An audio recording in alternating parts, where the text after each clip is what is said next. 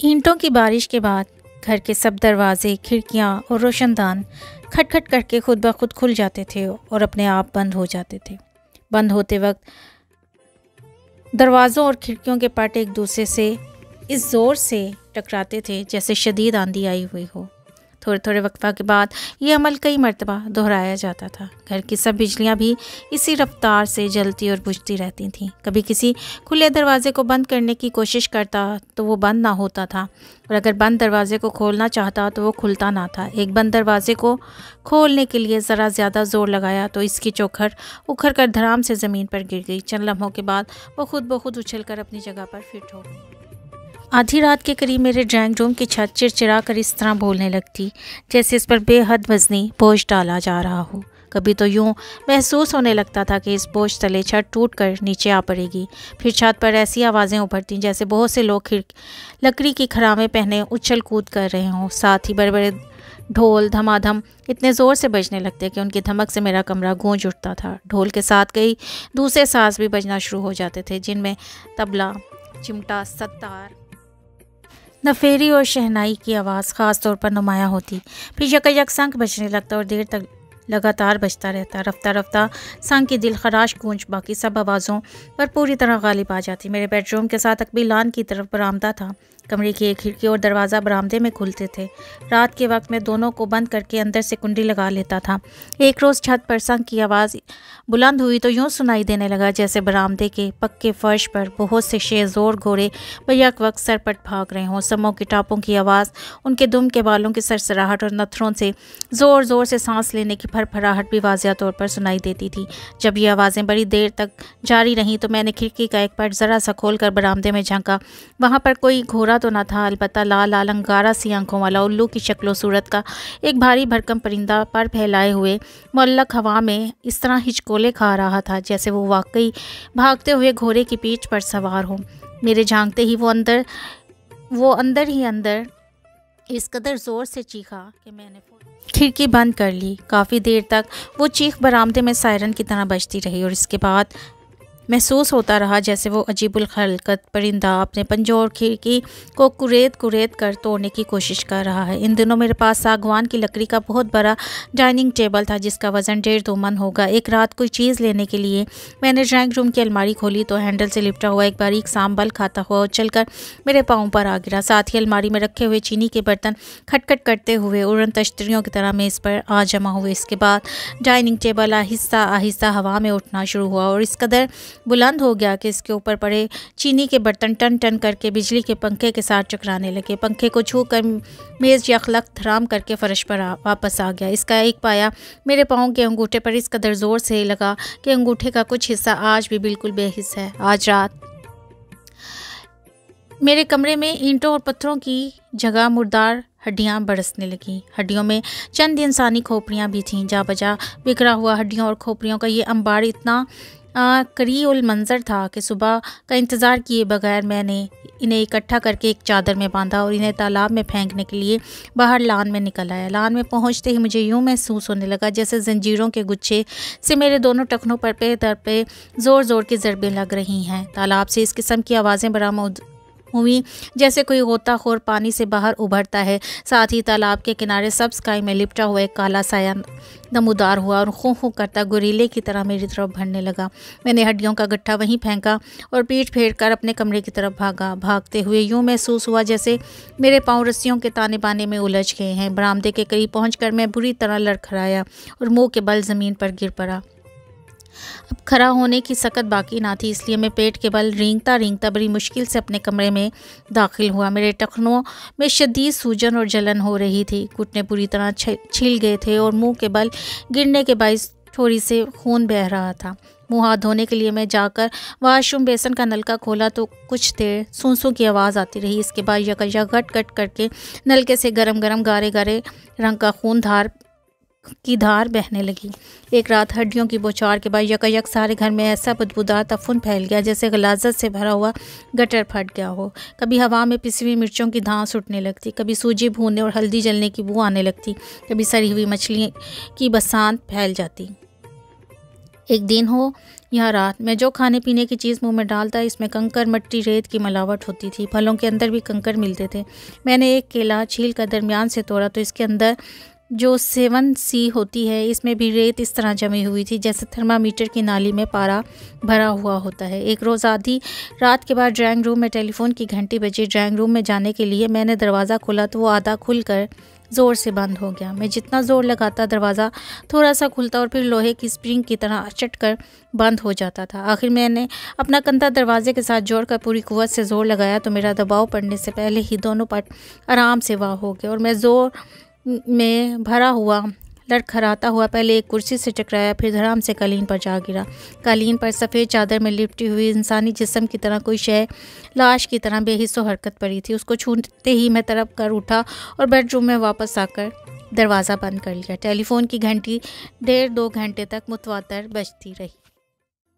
एक रोज़ बड़ी तेज़ बारिश हो रही थी। रात के 2 बजे मेरे बेडरूम के बाहर लान में बाइसाइकिल की घंटी बजी और फिर आवाज़ तार वाला तार वाला तार वाला। मैंने दरवाजे की दरार से झांका तो वाकई बाहर तार वाला खड़ा था। उसने खाकी वर्दी पहनी हुई थी, सर पर झालर वाली खाकी पगड़ी थी, गले में चमड़े का थैला लटका हुआ था और वो सुर्ख मडगार वाले बाइसाइकिल के साथ टेक लगाए खड़ा था। इस माहौल में एक जीते जागते इंसान को अपने लान में देख कर मेरा दिल बड़ा मुतमईन हुआ। मैं खुशी खुशी दरवाज़ा खोल कर बरामदे में आ गया। तार वाले ने मुझे सलाम किया, अपनी पगड़ी में कान के ऊपर ठुंसी हुई पेंसिल निकाली और थैले से तार की रसीद का फार्म निकाल कर मुझे दिया। मैंने फार्म पर दस्तखत करके वापस करने के लिए हाथ आगे बढ़ाया तो मेरे सामने तार वाले की जगह इंसानी हड्डियों का एक खौफनाक ढांचा खड़ा था। लंबे लंबे नाखूनों वाली उंगलियों के हड्डियों ने कागज़ और पेंसिल मेरे हाथ से झटका देकर खींच ली और ढांचे का जबड़ा कट कट करके इस तरह दांत बजाने लगा जैसे ज़ोर ज़ोर से हंसने की कोशिश कर रहा हो। मैं सर पर पाँव रख कर भागा और कमरे का दरवाज़ा बंद कर लिया। इसके बाद काफ़ी देर तक बरामदे के पक्के फर्श पर हड्डियों के कटकने और दरवाजे पर नाखूनों के खरोंचे मारने की आवाज़ आती रही। इस किस्म के कुछ कहे और बहुत से अनकहे वाक़यात रात को 10:30-11 बजे शुरू होते थे और सुबह ठीक 3 बजे खुद ब खुद बंद हो जाते थे। मेरे तवीलों और अरीज़ लान की घास में बेशुमार मेंढकों और झिंगरों का बसेरा था। शाम पड़ते ही उनके टराने की आवाज़ और पीपल के दरख्त में उल्टी लटकी हुई चमगादड़ों की चीखों पुकार आसमान पर सर पर उठा लेती थी। लेकिन जैसे ही वाक़यात का तसलसल शुरू होता पूरे लान पर मुकम्मल सकूत छा जाता था। 3 बजे के करीब जब पहले मेंढक या झिंगर या चमगादड़ की आवाज़ कान में पड़ती थी तो मैं भी सुख का सांस लेता था कि चलिए आज की रात की मंजिल भी तय हुई। लेकिन रात के ये 4-4.5 घंटे तन्हा गुजारना बड़ी जान जोखों का काम था। मैं बड़ी आसानी से वो घर किसी वक्त भी छोड़ सकता था या ड्राइवर और खानसामा को कोठी के अंदर भी सुला सकता था या अपने दोस्त अहबाब में किसी को हमराज बनाकर इस तजर्बे में शरीक कर सकता था। लेकिन मैंने ऐसा कोई इकदाम ना किया और अपनी ज़ात को जानबूझकर तने तन्हा कई महीने लगातार इस अजाब में मुब्तला रखा। आज 34-35 बरस गुजरने के बाद भी मुझे अपने इस गैर मंतकी रवैये की कोई माकूल वजह समझ में नहीं आई, सिवाय इसके कि गालबन ये मेरी अना की अहमकाना ज़िद थी जिसने इन अजीबोगरीब वाक़यात के चैलेंज को कबूल करने पर इसरार किया। तफ्तीश और तजस्सुस के इस खारजार में मेरी तन्हा रवि महज शौकिया ही ना थी बल्कि इसकी तय में गालिबन ये ख़तरा भी कार फरमा था कि किसी दूसरे की शराकत से कहीं भानमती का ये सारा खेल बिल्कुल ठप ही ना हो जाए।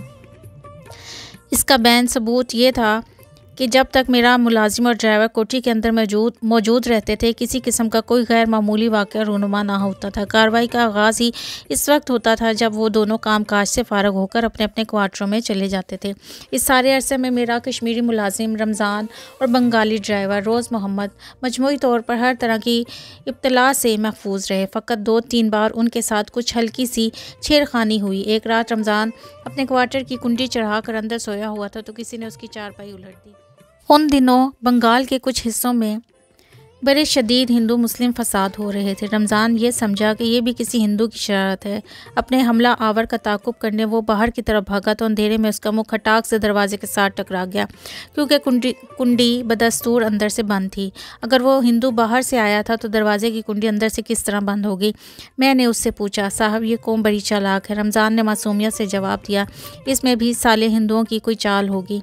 रोज़ मोहम्मद ड्राइवर के क्वार्टर में भी कभी कभार मुख्तलिफ़ किस्म की हड्डियाँ पड़ी मिल चलती थी। उसका ख्याल था कि ये सब आवारा बिल्लियों और कुत्तों की कारस्तानी है जो दिन भर कोठी के लान में आज़ादाना मंडलाते रहते हैं। रोज़ मोहम्मद अपने क्वार्टर का दरवाज़ा इख्तियार से बंद करके रखा करता था। उसके सीधे साधे दिमाग को इस तशवीश ने कभी परेशान न किया कि बिल्लियाँ और कुत्ते बंद दरवाजे से गुजर कर इसके कमरे में हड्डियाँ किस तरह डाल आते हैं। इस सारी हंगामा आराई का असली हदफ सिर्फ 18 नंबर का बंगला था। रात ढलते ही ये कोठी मेरे लिए खौफ, हरास, अज़ाब व अताब का जहन्नुम बन जाती थी। हर नए वाक़या में इस किस्म की दहशत, अपनी किस्म का वहशत समाई होती थी। पत्ता खरका दिल धड़का वाला मकूला मुझ पर हर बाहर सादक आता था।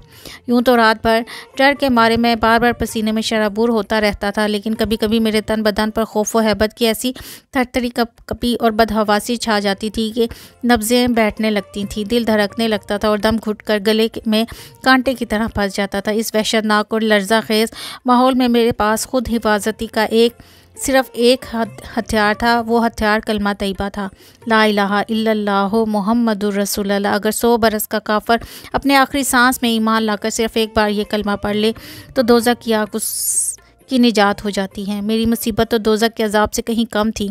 मुश्किल सिर्फ ये थी कि अब तक ये कलमा मैंने सिर्फ हलक से पढ़ा था। दिल से पढ़ने की ना कभी तौफीक नसीब हुई, ना ज़रूरत पेश आई।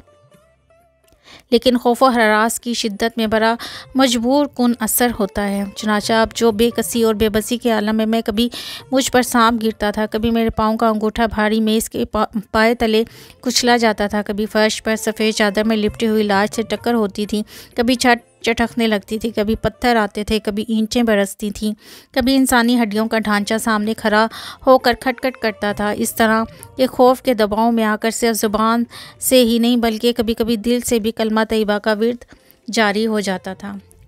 उन दिनों मेरे पास एक छोटा सा जापानी ग्रामोफोन था जो चाबी चढ़ाकर बजाया जाता था। एक रात मैंने सहगल का एक पसंदीदा रिकॉर्ड सुनने के लिए ग्रामोफोन की चाबी दी तो वो आगे की तरफ घूमने की बजाय स्प्रिंग की तरह लचक कर पीछे की जानिब लौट आई। चाबी खुद ही अपने आप पहले से चढ़ी हुई थी। मैंने ग्रामोफोन पर रिकॉर्ड रख कर चलाया तो इसमें से कि एल सहगल के गाने की जगह अजीबोगरीब खौफनाक आवाज़ें आने लगीं। कुछ आवाज़ें ऐसी थीं जैसे किसी का गला घोंटा जा रहा है। बीच बीच में औरत की सिसकियां सुनाई देने लगी थी। कभी कभी नन्हे से बच्चे के रोने की आवाज़ भी आती थी। मैंने एक कागज़ पर कलमा तैयबा लिख कर ग्रामोफोन पर रखा तो फ़ौरन यह आवाज़ें बंद हो गईं और रिकॉर्ड का असली गाना बजने लगा। अब मैं कागज़ उठाता तो खौफनाक आवाज़ें शुरू हो जाती, वापस रखता तो असली गाना बजने लगता। तजर्बे के तौर पर मैंने कलमा तैयबा का उर्दू तर्जमा लिख कर ग्रामोफोन पर रखा तो कोई असर ना हुआ। कलमा के अल्फाज को रोमन हरूफ में लिख कर रखा, फिर भी कोई असर ना हुआ। कलमा तैयबा की ये तासीर सिर्फ अरबी ज़बान में पाई।